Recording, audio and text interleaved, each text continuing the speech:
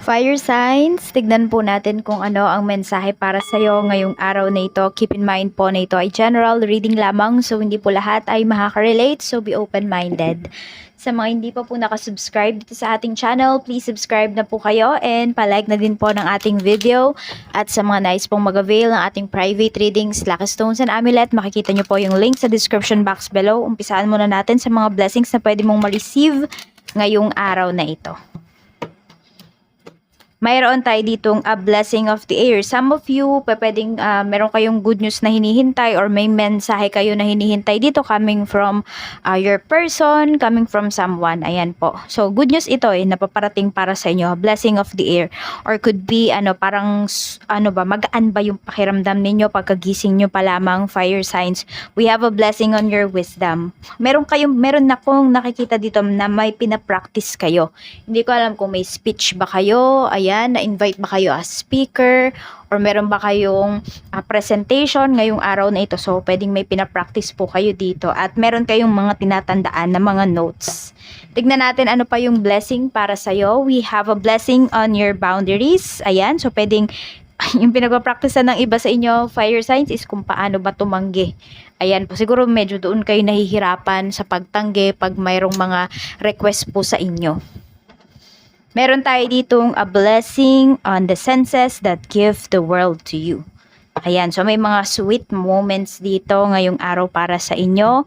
And also, pwede po yun, yung mga senses ninyo, yung mga gifts ninyo, pwedeng ma-activate siya ngayong araw. So, tignan natin at bago pala yan, ay ito yung lucky numbers mo. We have number 2, number 36, 33, and number 7.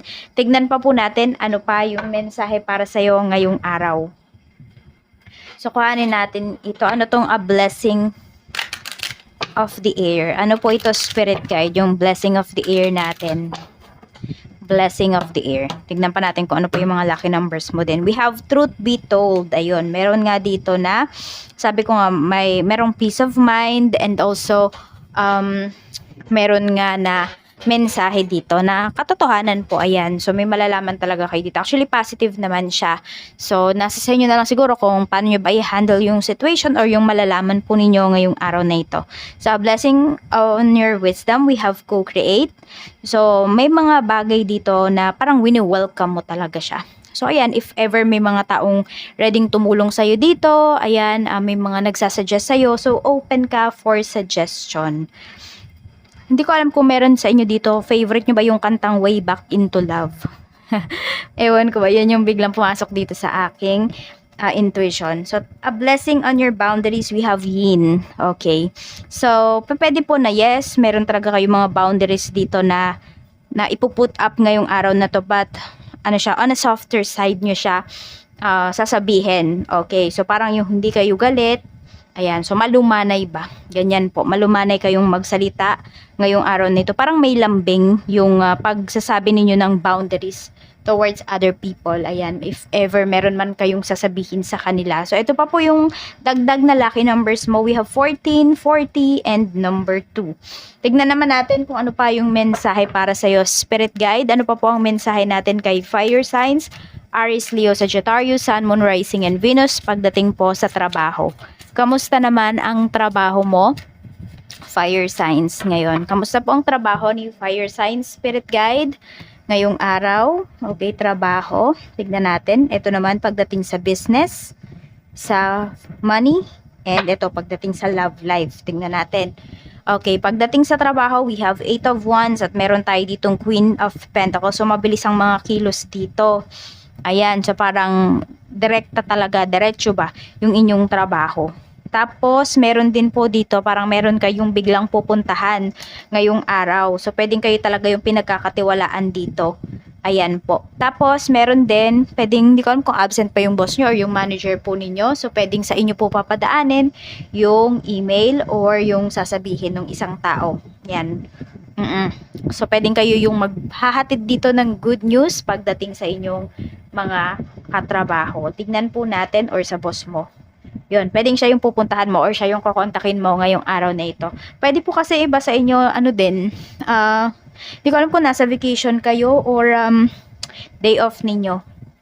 ngayong araw, tapos may kukontak po sa inyo, tapos kayo yung magpapadala dun sa boss po ninyo. Yun. So, parang kayo talaga yung pinagkakatiwalaan dito. Pagdating naman sa business mo, we have naman the Hangman and the Devil. Ayan. So, medyo nagiging maingat po kayo dito pagdating sa inyong mga kilos in terms of your business. Ayan. So, talagang nakikita ko din naman dito na puspusan po yung inyong pagkilos para tumaas talaga yung sales ninyo at doon naman talaga siya papunta. Kaya lang kasi may mga nabibitin dito na mga decisions. So kung meron kayong meron kayong partner pagdating sa business, so pwedeng hindi kayo nagkakaintindihan dito.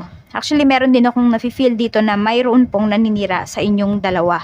Ayan, kaya kailangan maging matalino kayo dito at talagang dapat mas nagtitiwala kayo sa isa't isa or nandun talaga yung transparency pagdating dito sa inyong business. Yung iba naman sa inyo, hindi nyo to partner, pwede po na supplier ninyo. Or could be yung pinagde-distributan po ninyo or distributor po ninyo. Ayan.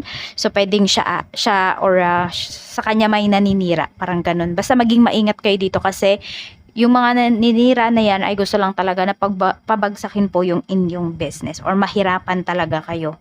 So, tignan natin, ingat kayo dun sa mga pagkakatiwalaan po talaga ninyo. Pagdating naman sa kaperahan, we have naman Ace of Wands and the Emperor. So, maganda naman to pagdating sa kaperahan kasi madami po talaga dito na opportunities. Ayan, yung iba din sa inyo dito parang mangingibang bansa yata or may travel kasi na pinapakita dito. So, pwedeng may pag-travel tapos yung iba dito, yung pag-travel na to, hindi kasi to for leisure. Pwede po na for business yan or for business or for work. Ayan, so kikita naman talaga kayo dito. Yung iba naman sa inyo, yun nga, mapapadala yata kayo sa ibang lugar, sa ibang branch, kunwari ganyan. So, pwedeng may dagdag dito.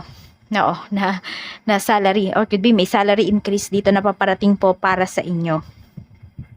Tignan naman natin pagdating sa mga single natin. We have 4 of Swords and we have 2 of Swords. Ayan, marami tayo ditong mga single na fire signs. Tinitimbang nyo kung papasok ba kayo sa relationship or magstay na lang kayo muna as single kasi mas nagkakaroon talaga kayo ng peace of mind. Parang mas nagugustuhan nyo na din talaga siya. Kaya lang kasi pwedeng yung iba na pressure dahil pwedeng because of your age o kaya naman yung mga tao na sa paligid mo, puro meron silang relationship ngayon. So, merong pressure ka na nararamdaman dito. So, tignan natin pagdating naman po sa mga in a relationship. Mayroon tayo ditong The Sun and 3 of Cups. So, meron dito magsi-celebrate 10-year anniversary yung ko dito. Or basta, mansary ninyo kung ilang 120 months na ba? Parang ganun 10 years, no? So, yung iba po sa inyo, ayan, meron dito magse-celebrate. Tapos, meron din naman, may madidiscover naman kayo dito na mayroong third party yung person po ninyo. Ayan, so, yung mako-confirm nyo ba na mayroon talaga? Yan, siguro, may hinala na kayo dito, may nasa-sense kayo. Sabi ko nga, di ba, balance yung mga senses ninyo dito, may mga gifts kayo na ma-unlock or ma-activate ngayong araw na ito. So sabi ko, kung ano man yung balita na marireceive ninyo, nasa sa inyo na po yan, kung paano nyo yan i-handle. At para naman po sa mga married natin, we have 7 of Pentacles and meron tayo ditong Page of Pentacles. Actually, medyo mabagal yung dito progress po sa mga plano ninyo ng asawa mo. Parang lagi bang may tumututol? Parang meron kayong mga pinaplano na hindi siya natutuloy. Meron ba kayong ibang pinagsasabihan bukod sa inyong dalawa? Kasi pwede po na, ayan, meron kayo napapagsabihan dito. Actually, parang parang mas bata po sa inyo yung napagsasabihan ninyo. So, yun, baka nai-evil eye siya nung bata na yun. Kaya wag nyo na lang munang ipaalam. Or siguro kung anak nyo to, ayan, so kayo muna ng asawa mo. Pero kung asawa mo lang, yung pinagsasabihan mo dito ng mga plans ninyo or plans mo, basta nag-uusap kayo dito, siguro mas maganda, ayan, huwag mo munang sabihin sa kanya kasi pwedeng siya mismo yung nag-i-evil eye sa'yo. Ayun yung nakikita ko dito. So, tignan po natin ano pa yung last message para sa'yo for today. Spirit guide, ano pa po ang last message natin for fire signs ngayong araw na ito. Tignan po natin. We have escaping. Ayan. Avoiding, blocking, and pushing away. So, sino ba yan? Sino ba itong tumatakas? May tumatakas ba sa'yo? May umiiwas ba sa'yo? Mararamdaman mo naman talaga yan, fire signs. At ramdam mo yan. Yan po. Siguro ayan, ngayong araw, mapapatunayan mo talaga na, okay, sige, umiiwas pala talaga siya. Ayan, parang makakabuti na rin talaga sa'yo kung umiwas man yung taong to. Or ikaw to siguro, talagang meron kang gustong iwasan kasi alam mo na hindi na nakakabuti sa mental health mo, hindi na nakakabuti para sa'yo. Or even sa family mo. Yan po. Try nyo din mag-meditate. Baka gusto nyo muna is mag-escape kahit konti, kahit sandali sa reality po ninyo. You can do that. Yung iba sa inyo pwedeng malapit kayo sa tubig, ganyan. Or yung iba nasa vacation talaga ngayong araw na ito. So, ayan lang po. Maraming salamat. Mag-iingat po kayo always. More blessings to come, fire signs. Bye-bye!